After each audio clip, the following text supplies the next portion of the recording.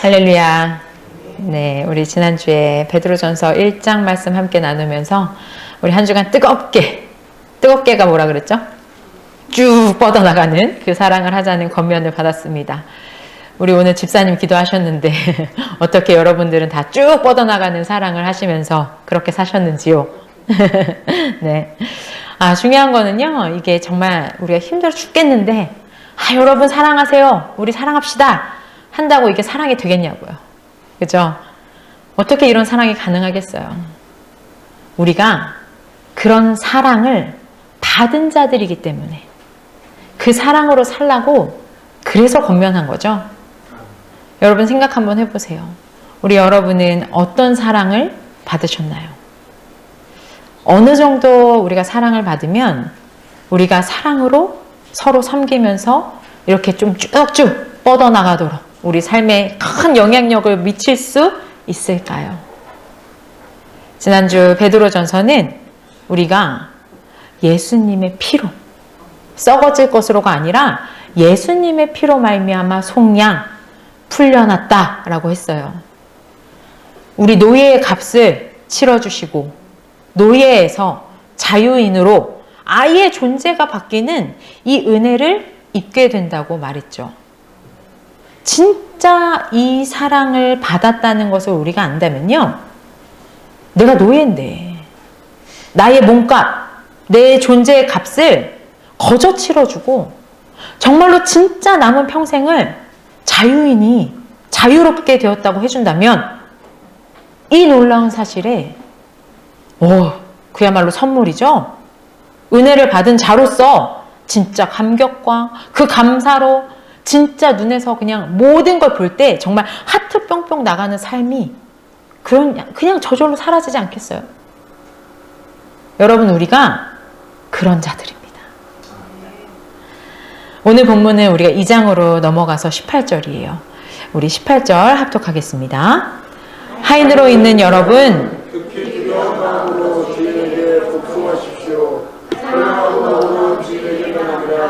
까다로운 주인에게도 그래야 하십시오. 네, 제가 금방 우리 종에서 풀려났다 이렇게 얘기를 했는데 처음 여러분 여기 본문에 우리를 부르는 말이 뭐예요? 하인이에요.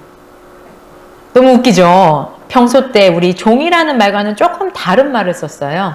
여기서 이제 하인이라는 말은 집에서 부리는 종을 얘기해요. 그 하인을 말하는 건데, 우리 여러분들 에베소서나 우리 골로새서 보시면 남편은 아내에게 이렇게 해라, 부모는 자식에게 이렇게 해라, 이렇게 나와 있는 거 보신 적 있을 거예요. 이게 바로 이제 가정규범이라고 부르는 건데요. 오늘 베드로전서도 그렇고 또 우리 성경들 중에서 조금 비교적 좀 늦게 쓰여진 성경들에는 꼭 이런 가정규범들이 나와요. 왜냐하면요, 이 당시 우리 성경이 쓰여지던 1세기 그 그리스 로마 문화에서는요, 이 가정규범이 그게 되게 중요했었어요. 우리들의 생각으로 하면 가정은 나의 개인적이고 사적인 느낌이 들잖아요. 근데 당시에서는요, 이 가정이라는 게 굉장히 공적이고요, 굉장히 그냥 하나의 사회로서 그 기능을 감당한다고 생각했었어요. 그래서 가정에 대한 규범들을 철학자들이 되게 많이 얘기했어요. 우리 여러분들 이름은 다 들어봤을 법한 우리 플라톤, 아리스토텔레스, 이런 사람들도요, 우리가 성경에서 보는 것과 같이 이 가정규범, 남편들아 이렇게 해라, 주인들아 이렇게 해라, 이런 것들을요, 내 사상을 담아서 소개했었어요. 그러니 그런 세상 한가운데 우리 기독교도 이제는 그럼 우리 기독교인은 가정에서 이 관계 가운데서 어떻게 해야 하는 걸까라는 의문이 들었겠죠. 그렇기 때문에 이에 대한 답을 주려고 에베소서나 베드로전서나 이런 책들이 이런 내용들을 기독교인들에게, 교회들에게 이렇게 해야 한다라는 것을 쓰고 있는 거예요. 그럼 당시 사회 속에서는 가정규범들이 있고 또 우리 기독교의 가정규범이 있어요. 그 둘이 어떤 차이가 있나를 우리가 알아야 돼요. 당시에는요, 여러분 노예가 한 몇 % 정도 됐을 것 같으세요? 노예가 글쎄 전체 인구의 4분의 1이었어요. 너무 많죠? 그러니 이 노예 계층이 밑에서 착 받쳐줘야지 사회적으로도 그렇고 우리 경제적으로도 그렇고 아주 평안하게 세상이 그냥 안정되게 잘 돌아가는 거예요. 그런 우리를요, 교회에 앉아있는 사람들도 대부분 노예잖아요. 근데 우리한테 해방이라고 하는 거예요. 이 기독교에 갔더니요, 해방을 선포하는 거예요. 그러니 얼마나 좋아요, 여러분? 해방이란 말을 들어본 적이 없어요. 태어나면서부터 죽을 때까지 대대손손 노예여야 해요. 그런 우리를 해방이라고 기독교가 선포합니다. 여러분 어쩌면요, 이 당시에 이 해방이라는 말을 들은 사람들, 자유라는 말이 한 번도 경험해보지 못한 사람들에게 자유가 딱 들어오잖아요. 그러면요, 자유가 아니라 방종을 부르는 말로 여겨졌을 수도 있을 것 같아요. 그래서 그냥 막 사는 거죠. 아, 나도 이제 자유인이다. 이렇게 하면서 뭐 예를 들자면 나 자유인이고 주인한테 가서 너도 자유인이고 나도 자유인이야. 이렇게 말했을 수도 있겠죠. 선생님한테 가서도 그랬을 수도 있어요. 부모님에게 가서도 그랬을 수 있겠죠. 혹은 황제한테 대고도 그런 사람들이 있었을 거예요. 이제 나도 너네랑 똑같은 자유인이다. 내 멋대로 이제 나도 할 거다. 나에게 그 자유가 있다. 그런데 여러분, 잘 아시는 것처럼 우리가 해방되고 우리가 자유를 얻은 것은요, 우리의 존재에 대한 거예요. 그리고 이 땅의 역할과 지위가 그냥 다 똑같이 사라져 버리는 건 아닌 거죠. 그래서 기독교 입장에서도요, 이것들에 대해서 이제 정리가 필요한 거예요. 이러한 여러 가지 이유 때문에 이제 가정 규범들을 쓰기 시작합니다. 그래서 이 속량, 돈 주고 우리를 노예 해방해줬다고 금방 말해놓고서 그래놓고 노예들아, 하인들아 이렇게 부르고 있는 거예요. 예수로 말미암아 자유인이 되고 그렇게 바뀐 존재로 이제 우리가 맡은 역할 앞에 서는 거예요. 그들한테 이제 뭐라고 할까요? 너네 이제 자유인이 됐으니까 이제 혁명을 해라. 너희는 자유인이다. 이렇게 말하지 않아요. 극히 두려운 마음으로 주인에게 복종하라고 권하고 있어요. 그러면서 선량하고 우리 너그러운 주인한테는 할 수 있어요. 근데 그뿐만 아니라 여러분 본문 보세요. 누구한테도 복종하라고 하죠? 까다로운 주인한테도 그렇게 하래요. 아, 쉽지 않죠. 이제 해방인 줄 알았는데 그 자리를 지키고 있으라는 거예요. 근데 두렵고 떨리는 마음으로 집주인에게 복종을 해야 되는데 그러면서 더 힘든 요구가 뭐예요? 착한 집주인 말고 까다로운 주인. 여러분 이게요, 번역이 너무 부드럽게 됐어요. 이 말을 원어의 뜻을 그대로 살리면요, 삐뚤어진 주인이에요. 사악한 주인이에요. 이 사악한 주인한테 그런 사람한테 복종하라는 거예요. 우리 이어지는 19절 보세요. 억울하게 고난을 당하더라도 하나님을 생각하면서 괴로움을 참으면 그것은 은혜라고 여러분한테 얘기하고 있어요. 이거 가능하시겠습니까? 우리 말씀 들려주면 무조건 아멘 하잖아요. 근데 무조건 아멘 할 수 있는 문제가 아니에요. 여러분의 삶에서 한번 이 상황을 한번 생각해 보세요. 우리 20절도 제가 읽어드릴게요. 더 할 거예요. 죄를 짓고 매를 맞으면서 참으면 그것이 무슨 자랑이 되겠습니까? 그러나 선한 일을 하다가 고난을 당하면서 참으면 그것은 하나님께서 보시기에 은혜로운 일입니다. 이제는 선을 행하다 하다 고난까지 당하래요. 요즘 이거 참을 사람이 여러분 있을까요? 당장 노동청 가서 고소해야죠. 그럼 이 본문은 가정노예는 혹시 요즘 말로 우리가 하자면 직장 상사가 시키면 그냥 정말 죽으라 그러면 죽어야 되는 거고, 혹 죄 없이 우리가 욕먹고 매맞고 고난받아도 우리한테 너네 그리스도인이니까 참아라, 이거 말씀하시는 걸까요? 그게 바로 은혜 받은 사람의 삶일까요? 물론 우리가 이 말씀을요, 정말 완벽하게 해석해서 여러분 이건 이 뜻입니다 라고 제가 여러분에게 전할 수가 없어요. 하나님께서는 이 말씀을 통해서 주시고 싶은 의미가 있죠. 그런데 우리가 유한하잖아요. 시대도 다르잖아요. 이 모든 것을 우리가 다 헤아릴 수는 없어요. 그렇지만 우리가 알 수 있는 한도 내에서 정말 깊이 이 말씀들을 우리가 어떻게 적용하며 살아야 할까? 이거 고민해야죠. 그게 우리의 숙제예요.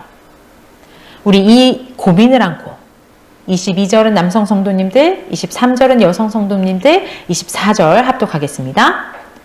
그는 죄를 지으신 일이 없고 그의 입에서는 아무런 거짓도 찾아볼 수 없었습니다.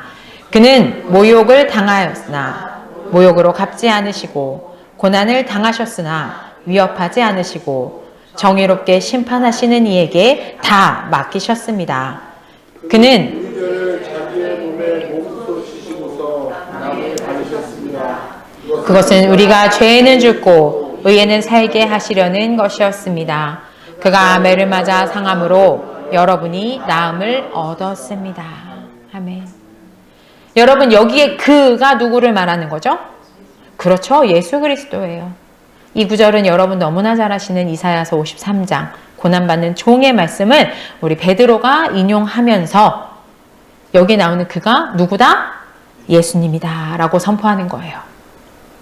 우리가 앞서 말씀에서도 죄도 없이 고난받는 거, 정말 우리가 생각만 해도 답답하고 막 짜증도 나고 이게 말이 되나 싶기도 해서 아멘도 안 나오고 이런 마음 앞에 베드로는 구약에서부터 약속대로 예수님께서 고난을 받는 종으로서 죄를 지으신 일이 없고 입에서는 아무 거짓도 찾아볼 수 없는데 정말로 실제로 바로 그분께서 모욕을 당하셨다고 말하고 있어요.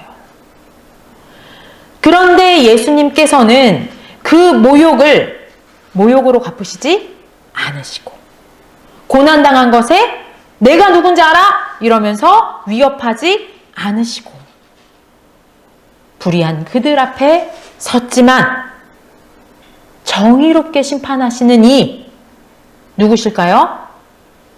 하나님이시죠? 하나님께 다 맡기셨어요.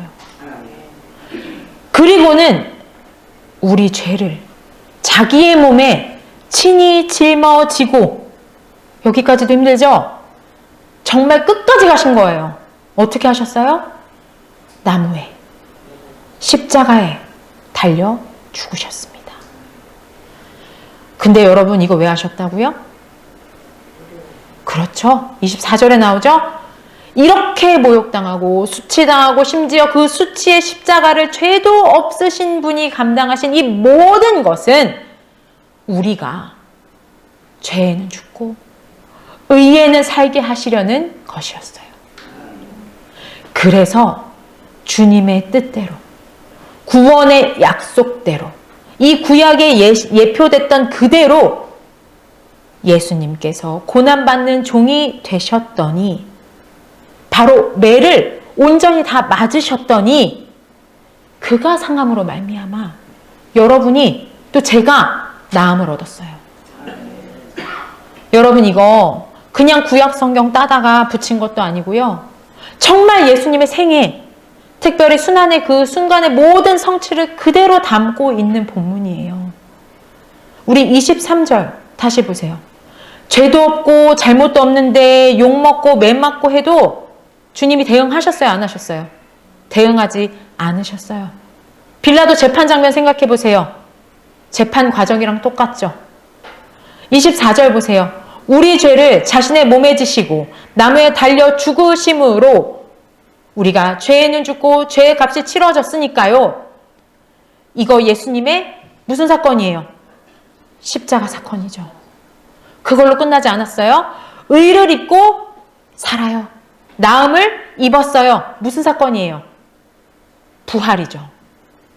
이 예수님의 재판 장면, 이 순환에서부터 쭉 이어진 부활 사건까지 결국 구약 성경 이사야서에서 예언되어 있던 그거야. 그게 바로 예수님의 삶이야. 이거 보여주는 거예요.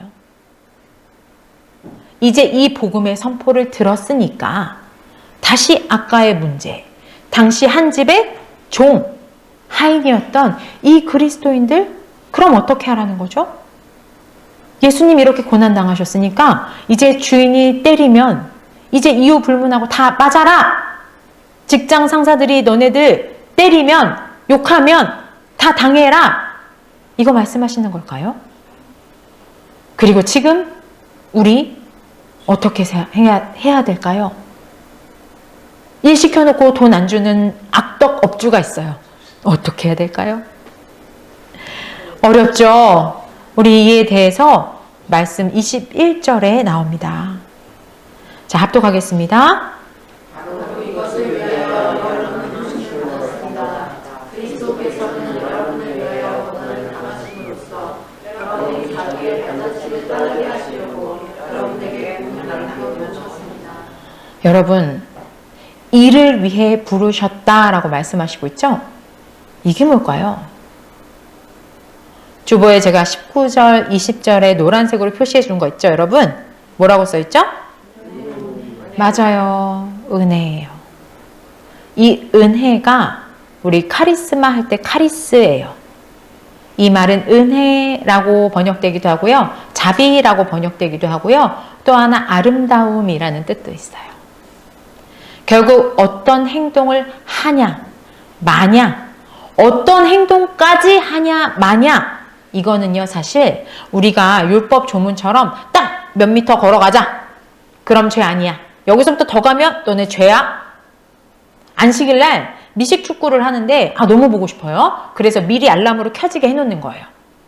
그럼 저절로 켜졌어요. 그래서 내가 이제 봐요. 그러면 이제 나는 죄를 짓지 않은 거예요. 미리 설정해놨으니까. 웃기죠? 이거 저희 교수님이 실제로 이스라엘에서 유학할 때 있었던 일이에요. 근데 알람이 안 켜졌대요. 그 사람이 어떻게 했을까요? 옆집에 사는 교수님한테 와서 부탁했대요. 왜? 여기까지 걸어오는 건 되니까. 그래서 켜달라고 했대요. 여러분, 결국 이런 항목들, 어떤 상황에 따른 어디까지 해, 이런 문제가 아니에요. 그 은혜.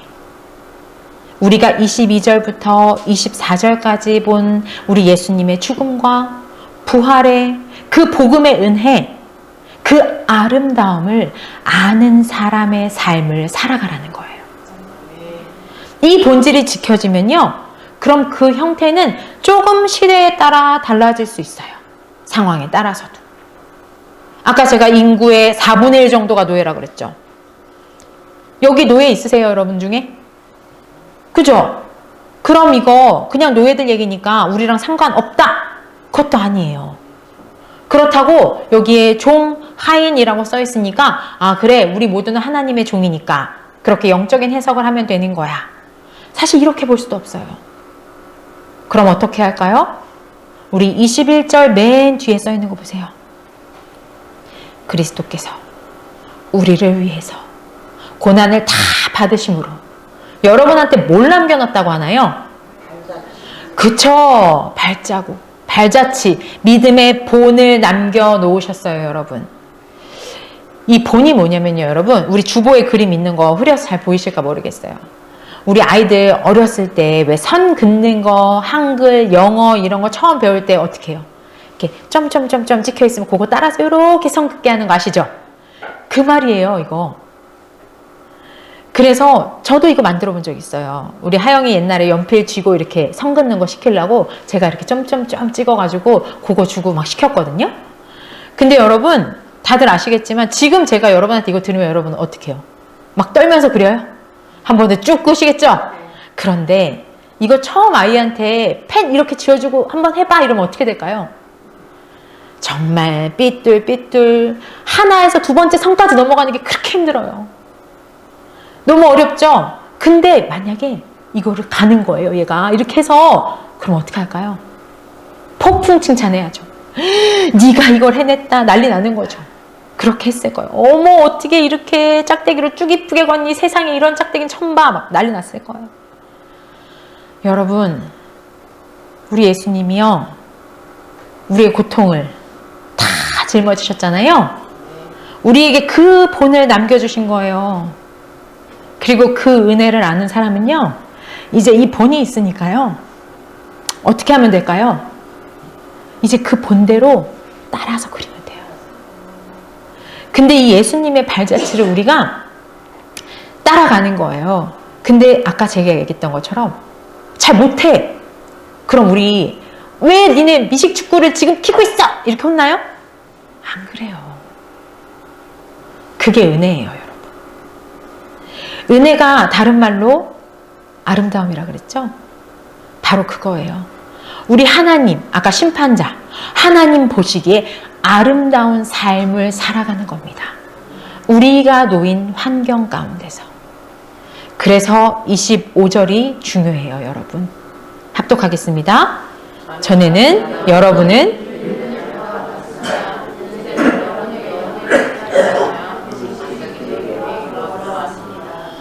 여러분, 우리가 길을 잃었었어요. 이 본이 있는데 그걸 벗어났다는 뜻이에요. 본이 없으니까요. 그냥 죽는 줄도 모르고 그냥 벗어나서 이게 뭐냐, 예쁘다, 독버섯 보고 이쁘다고 그냥 만지고 따먹는 거예요. 진짜 예쁨, 진짜 아름다움, 그 영원한 것이 뭔지를 몰라서 그 기준이, 그 본이 없으니까 그랬어요. 근데 이제 우리에게 그 본이 있어요. 그래서 우리는 이제 그 본을 따라서 우리의 목자에게로 돌아왔으니까 바로 예수님의 발자국 위에다가 내 발자국을 겹치면서 그렇게 따라가는 거예요. 그게 하나님 보시기에 은혜이고 아름다운 길이라는 거예요. 그럼 결국 가정 규칙을 잘 지켜나가는 거. 우리 그 당시에 있었던 잘 나가던 철학자들이 자신들의 철학과 대단하다고 하는 그 논리 위에서 말로 하던 그때에 야, 남편은 이렇게 하는 거다 얘기해주는 그때에 우리 기독교는요, 우리 기독교의 가정규례는요, 예수 그리스도의 고난과 부활의 이것의 시작이 예수님의 실제 하심으로, 그냥 입으로만 하는 게 아니라 말씀하셨던 그것을 실제로 삶으로 예수님께서 먼저 사심으로 본이 되신 거예요. 그렇게 일어놓으신 그 판 위에 그 본대로 걸어가라 하신 거예요. 사랑하는 성도 여러분, 오늘 본문 18절 시작 보세요. 하인으로 있는 여러분, 여러분 이거 부르는 거잖아요. 하인으로 있는 여러분, 당시에 그 대단한 사람들이요, 가정 규칙을 말할 때는요, 노예를 불러서 노예들한테 직접 노예들아, 너희는 이렇게 해라, 이걸 말한 경우가 단 한 번도 없어요. 왜 그럴까요? 노예는 물건이에요. 그냥 주인이 명령하면은 순종하는 거예요. 생각하는 게 아니에요. 자기가 의지를 갖고 움직이는 게 아니에요. 노예한테 누가 말을 걸어요, 물건한테? 여러분 책상한테 말 거세요? 의자한테 좀 뒤로 빼봐라 말 거세요? 이렇게 살았어요. 노예니까요. 물건이니까요. 그냥 주인만 알면 돼요. 알 필요가 없어요. 근데 우리 성경은요, 노예한테 직접 말을 해요, 여러분. 노예를 자유인, 자신이 책임의식을 갖고 정말로 자유롭게 능동적으로 시키는 대로 할 수 있는 존재라고 생각한 거예요. 이게 우리 기독교의 다른 점이에요. 우리는 이게 지금 오히려 상상이 안 가죠? 아니, 어떻게 노예를 물건 취급을 해? 이렇게 생각하지만 당시에는요, 물건한테 순종해라 명하는 게 더 말이 안 되는 세상이었어요. 그러니 우리 성경이 노예에게 이 말도 안 되는 파격 대우를 하고 있는 이것이 정말로 놀라운 거예요. 이 모든 것은 바로 가장 낮은 지위, 고난받는 종인 예수 그리스도께서 모범이 되셨기 때문에, 그 본이 되셨기 때문에 가능한 거예요. 그럼 노예제도가 사라진 우리 시대에는 이 성경 부문을 어떻게 받아들이면서 우리가 살아가야 될까요? 예수님의 죽음과 부활의 본이 이미 우리에게 주어졌기 때문에 우리 일을 고민하면서 이 본을 따라서 벗어나지 않도록 그 발자취를 따르는 삶을 우리가 사는 겁니다. 그것이 바로 우리들이 나아갈 길이에요. 여러분, 제가 되게 존경하는 교수님이 오늘 돌아가셨어요. 근데 그분이 암에 걸리시고 그게 너무 많이 퍼졌는데 지난주까지 수업을 다 하셨어요. 그리고 시험 감독만 우리 조교한테 맡기고 다음 주부터도 그럼 어떻게 수업을 해야 될지 고민하시면서 영상으로 수업을 해야 되나, 그 얘기까지 제가 들었어요. 그분이 남기신 글에 보니까 하나님이 나에게 주신 사명은 내가 죽을 때가 다 됐으니까 이제 병원에서 쉬는 게 아니라, 그분의 신앙으로는 내가 알고 있는 하나님, 이 하나님을 끝까지 내가 학생들에게 가르치는 선포의 자리에 있어야 된다라는 게 그분이 예수님의 본을 따르는 길이었던 거예요. 우리들이 있는 자리는 각자 다릅니다. 그 자리에서 여러분의 그 길을, 주의 본을 따르며 사시는 거예요. 기도하세요, 여러분. 말씀을 붙드시기 바랍니다. 우리 예수님께서 가신 그 길을 여러분께서 보시기 바랍니다. 그리고 그 발 위에 여러분의 발을 포개어서 가는 거예요. 조금 어긋나도 괜찮습니다. 끝까지 완수하지 못해도 괜찮습니다. 주님께서 원하는 그 길을 우리가 가길 원합니다. 이를 위해서 함께 기도로 나아갑니다.